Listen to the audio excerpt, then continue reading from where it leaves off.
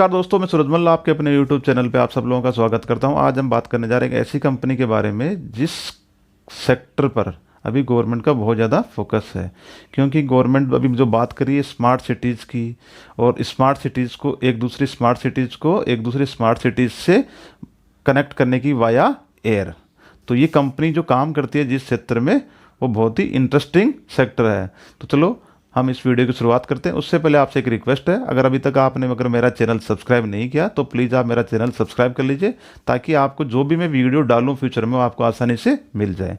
तो चलो वीडियो की शुरुआत करते हैं। आज जिस कंपनी के बारे में बात करेंगे उस कंपनी का नाम है इंटरग्लोब एविएशन, या जिसको हम इंडिगो भी बोलते हैं। ये करती क्या है? ट्रेवलिंग का काम करती है। इस कंपनी के जो शेयर का मार्केट प्राइस है वो 1800 रुपये है। इसका जो 52 वीक लो है वो 771 और 52 वीक हाई है वो 1823। लाइफ टाइम जो हाई है वो 1899 1899, जो 30 सितंबर 2019 को बना था। बुक वैल्यू है वो 152 रुपीज़ है। मार्केट कैप है इस कंपनी का जो है 67043 करोड़ रुपीज़। ये जो कंपनी है इसका जो हेडक्वार्टर है वो गुरुग्राम हरियाणा में है, जिसका पहले नाम था गुड़गांव। ये जो कंपनी की शुरुआत हुई थी वो अगस्त 2006 के अंदर हुई थी एज ए प्राइवेट कंपनी। इस कंपनी का जो मार्केट शेयर है एविएशन सेक्टर में वो 53.9% है दिसंबर 2020 तक। इस कंपनी के जो बिजनेसेस क्या हैं? एविएशन, हॉस्पिटलिटी, इंडिया के अंदर भी है और इंटरनेशनल भी, travel commerce, airline management, logistics, transport, advance pilot training, aircraft maintenance. इस कंपनी के पास में जो एट प्रेजेंट है वो 281 एयरक्राफ्ट की एक फ्लीट है, और डेली ये 1500 प्लस फ्लाइट इसकी डिपार्चर करती है अलग अलग डेस्टिनेशन से।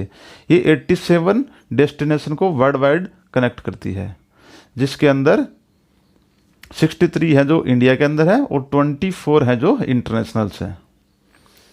इस जो कंपनी की जो टॉप प्रायोरिटी है वो क्या है? एक तो लो फेयर, ताकि पैसेंजर ज़्यादा से ज़्यादा ट्रेवल करे। दूसरी चीज़, ऑन टाइम जो इसकी फ़्लाइट है वो डिपार्चर हो और डेस्टिनेशन पे ऑन टाइम इसकी अराइवल हो। तीसरी चीज़, जो आपकी जर्नी है वो हासले फ्री होनी चाहिए। अब इस कंपनी की जो ट्रेवल पोर्ट एक सर्विस है जिसकी रीच है 400 सिटीज़ के अंदर, और इस कंपनी के जो ट्रेवल पोर्ट है उसकी जो मार्केट शेयर हो 65%। एजेंसी के जो टर्मिनल्स हैं वो 30,000 प्लस हैं, और हाई टियर के टर्निंग सेंटर है 16 प्लस। इस कंपनी का एयरलाइन मैनेजमेंट का काम भी है, ये कार्गो से रिलेटेड ऑपरेशंस भी करती है। इस कंपनी की एक और वर्टिकल है, ये होटल्स का बिजनेस भी करती है। इस कंपनी ने जो होटल जो का बिजनेस है वो 2004 में शुरुआत की थी, और अभी तक उसके पास 13 सिटीज़ के अंदर 17 ऑपरेशनल होटल्स हैं, जिनके अंदर 3000 से ज़्यादा रूम है अवेलेबल है इंडिया, नेपाल एंड श्रीलंका, बांग्लादेश में। 6 होटल हैं वो उसके भी अंडर कंस्ट्रक्शन है, जिनमें 1000 रूम है, जिसका कंप्लीशन का टाइम है 2022 से पहले। इस कंपनी ने लगभग 4800 अदर होटल्स हैं जिनके साथ टाई अप कर रखा है। जो होटल्स हैं, रिजॉर्ट्स हैं, रेस्टोरेंट हैं अक्रॉस 100 कंट्रीज। तो जो बाकी होटल्स हैं उनसे भी इस कंपनी को कमीशन मिलता है, और जो इनके कस्टमर्स होते हैं उनको आसानी से बुकिंग मिल जाती है, ताकि उनको और कहीं प्लेटफॉर्म यूज़ करने की आवश्यकता नहीं पड़ती है। इंटरग्लोब जो इंटरनेशनल होटल्स हैं ये क्या करती है? 27 कंट्रीज़ के अंदर देती है, और 100 ग्लोबल सिटीज़ के अंदर ये सर्विस प्रोवाइड करवाती है। इसकी 13 होटल हैं जिनके अंदर 2120 रूम्स हैं और 10 कंट्रीज़ के अंदर हैं। इस कंपनी का एक वर्टिकल है जहां ये एडवांस पायलट ट्रेनिंग करवाती है, ये जिसको बोलते हैं हम CPL, कॉमर्शियल पायलट लाइसेंस। ये जो इंडिया में भी काम करती है और इंडिया के बाहर भी काम करती है। ये सिविल पायलट्स भी बनाती है, और जो बाकी कंट्रीज हैं उनमें डिफेंस के जो पायलट्स हैं उनको भी ये ट्रेनिंग देती है। ये जो सर्विस इन्होंने लॉन्च की थी, स्कूल है जो, वो 2013 के अंदर लॉन्च की थी, और इसके अंदर 10,000 एम्प्लॉई हैं। 160 साइट्स पे ये ऑपरेट करती है, और 35 कंट्रीज़ में ये काम करता है। और ये सालाना 2,20,000 सिविल डिफेंस क्रू मेंबर्स को ट्रेन करती है, जिसके अंदर 1,35,000 पायलट्स बनाती है, और बाकी हज़ारों की संख्या के अंदर ये हेल्थ केयर वर्कर्स होते हैं जो वर्ल्ड वाइड उनको ट्रेन करती है। इसके जो फुल फ्लाइट सिमुलेटर हैं वो 7 हैं, और जो इसके सिमुलेटर बेज हैं वो 6 हैं। एनुअल कैपेसिटी है जहाँ ये ट्रेनिंग करवाती है उसकी 30,000 फ्लाइंग हावर्स। एक्सपीरियंस 7 साल का है।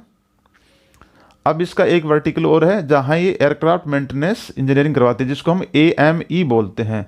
ये जो इन्होंने स्कूल सेटअप की थी वो 2017 के अंदर सेटअप की थी, जिसका पर्पज़ था वर्ल्ड क्लास एजुकेशन और आपको प्रैक्टिकल नॉलेज आसानी से मिल सके, क्योंकि ये जो एविएशन सेक्टर है इसमें चेंजेज हैं वो बहुत ज़्यादा फास्ट हो रहे हैं।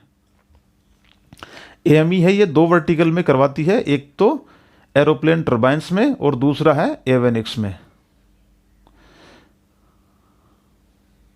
इस कंपनी के अगर हम फाइनेंशियल्स की बात करें तो इस कंपनी के जो सेल्स हैं वो धीरे धीरे बढ़ रहे थे, लेकिन जैसे ही कोरोना ने शुरुआत की तो इस कंपनी के सेल्स हैं वो अचानक से गिर गए। तो देख लीजिए आप, जैसे मार्च 2020 के अंदर 35,756 करोड़ रुपए की सेल्स थी, तो दिसंबर 2020 तक 16,717 करोड़ रुपए की सेल्स बाकी रह गई। उस हिसाब से इस कंपनी के एक्सपेंसेस भी धीरे धीरे बढ़े हैं और अचानक से दिसंबर में भी इसके एक्सपेंस बढ़े हैं। ऑपरेटिंग प्रॉफिट, इस कंपनी का जो ऑपरेटिंग प्रॉफिट है मार्च 2018 के अंदर 3030 करोड़ रुपीस था, मार्च 2019 के अंदर 151 करोड़ रुपीस, मार्च 2020 के अंदर 4064 करोड़ रुपीस, और दिसंबर 2020 तक माइनस के अंदर 710 करोड़ रुपीस इसका इस कंपनी को लॉस हुआ था। क्यों? क्योंकि कोविड के कारण जो कुछ लोग हैं, जो रिस्ट्रिक्शन था, तो लोग ट्रेवल ही नहीं कर रहे थे, और जब ट्रेवल नहीं करेंगे तो इस कंपनी को जो बाकी इसके एम्प्लॉयज़ हैं, पायलट्स हैं, उनको सैलरी तो देनी पड़ेगी। इन्होंने कुछ सैलरी कट लिया था, लेकिन फिर भी इस कंपनी को लॉस हुआ। उसी प्रकार से इसके पेट में भी गिरावट आई है।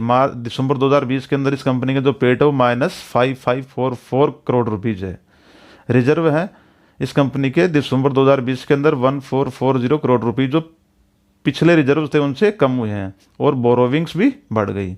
क्यों? क्योंकि बोरोविंग्स एक तो अचानक से 25,000 करोड़ रुपीज़ के आसपास की बोरोविंग्स होगी, क्योंकि इस कंपनी ने क्या किया, कुछ अपने जो बिजनेस थे उसको एक्सपेंड भी किया है। कुछ होटल्स, जैसे मैं बताया था अभी वीडियो में कि कुछ होटल्स हैं उन्होंने नए कंस्ट्रक्शंस किए हैं, बाकी कुछ एयरक्राफ्ट से रिलेटेड भी उन्होंने मॉडिफिकेशंस किए हैं, तो इससे रिलेटेड उनके बोरोविंग्स बढ़ गई। अब अगर बात करूँ मैं इस कंपनी की होल्डिंग्स की, इस कंपनी के जो होल्डिंग्स है वो है प्रमोटर्स की 74.86 करोड़, जो थ्रू आउट लगभग उतनी ही रही है दिसंबर 19 से लेके दिसंबर 20 तक। FIS की जो होल्डिंग है दिसंबर 19 के अंदर 15.25 करोड़ थी, जो अभी दिसंबर 2020 के अंदर 17.34 करोड़ रुपीज़। इसका मतलब इसमें FIS भी बुलिश हैं, उनको भी उम्मीद है कि आने वाले जो टाइम है उसके अंदर इस कंपनी में रिवाइवल मिलेगा, और जो इनकी जो स्टोरी है वापस वो अच्छी खासी चलेगी। उसके बाद में इसमें जो DIS है, DIS के अंदर इस कंपनी की जो होल्डिंग है वो 5.74 करोड़ रुपीज़ दिसंबर 19 के अंदर, मार्च 20 के अंदर 9.17, जून 20 के अंदर 7.55, सितंबर 20 के अंदर 7.67, और दिसंबर 20 के अंदर 5.59। तो DIS ने तो अपनी होल्डिंग कम की है।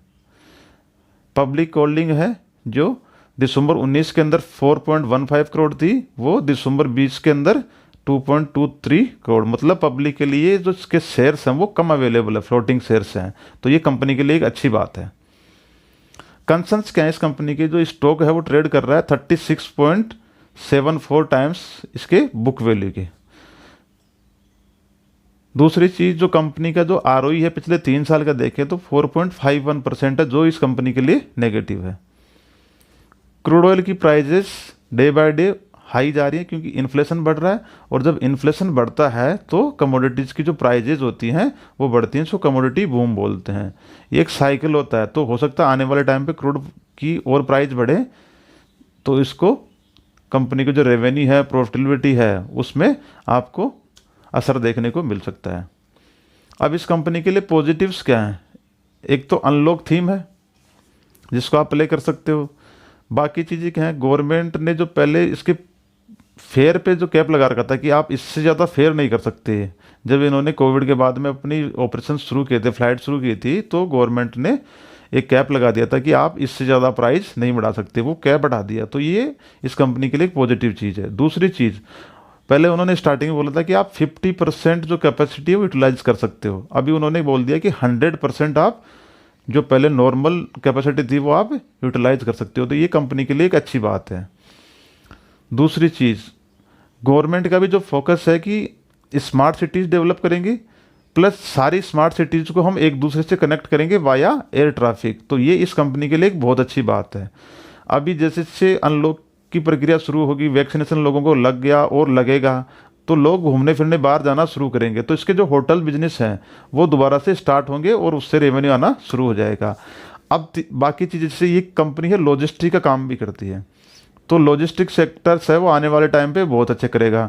दूसरी चीज़, वैक्सीनेशन को ट्रांसपोर्टेशन करने के लिए अभी जो लॉजिस्टिक सेक्टर है वो बहुत अच्छी काम कर रहा है, तो उससे भी इस कंपनी को फ़ायदा होगा। तीसरी चीज़, अभी आने वाले टाइम पे गवर्नमेंट ने बोला है कि एक नेशनल लॉजिस्टिक पॉलिसी लेके आएंगे, जिसके अंदर अभी जैसे उसका जो एक्सपेंस है या एक्सपेंसेस हैं लॉजिस्टिक सर्विसेज से कंपनी रिलेटेड जो कंपनी है उनका 17% होता है, उसको घटा करके 8% लेके आएंगे। तो ये इस कंपनी के लिए एक बहुत अच्छी पॉजिटिव चीज़ है। और अगर आने वाले टाइम पे अगर गवर्नमेंट करे कि लॉजिस्टिक नेशनल लॉजिस्टिक पॉलिसी लेके आएगी, तो उससे जो लॉजिस्टिक से रिलेटेड स्टॉक्स होंगे या कंपनीज होंगी उनको सस्ते रेट्स पे कर्ज मिलेगा, तो ये इस कंपनी के लिए बहुत अच्छी बात होगी। बाकी चीज़ें ये क्या है कि ये कंपनी है जो अपने सेक्टर के अंदर लीडर है। इससे कंपटीशन में बहुत कम कंपनियां बची हैं, क्योंकि ऑलरेडी जैसे जेट एयरवेज वो लगभग बंद ही है। अभी उसकी जो एनसीएलटी प्रोसीडिंग्स चल रही हैं, रिवाइवल होगी कि नहीं होगी। तो इंडिगो है, स्पाइस जेट है, बाकी ऐसी कंपनियां जैसे ग्लोबल विक्ट्रा है, ताल एंटरप्राइजेज है, ये क्या करती हैं, आपको प्रीमियम सर्विस देती हैं और चार्टेड प्लेन्स देती हैं, जिसमें 5-6 पैसेंजर्स एक टाइम जा सकते हैं। वो आपको इंडिविजुअली बुक करवा के जाना पड़ेगा। तो इस कंपनी के लिए अभी कंपटीशन इतना ज़्यादा है नहीं। अब इस कंपनी से रिलेटेड जो पीएस कंपनीज है वो है स्पाइसजेट, ताल एंटरप्राइजेज, ग्लोबल विक्ट्रा। ताल एंटरप्राइजेज और ग्लोबल विक्ट्रा जो कंपनी है वो चार्टेड प्लेन्स प्रोवाइड करवाती है इंडिविजुअल्स को लिए, और ये प्रीमियम सर्विस प्रोवाइड करवाती है। उम्मीद करता हूँ आपको ये वीडियो अच्छा लगा होगा और आपके काम भी आएगा। धन्यवाद।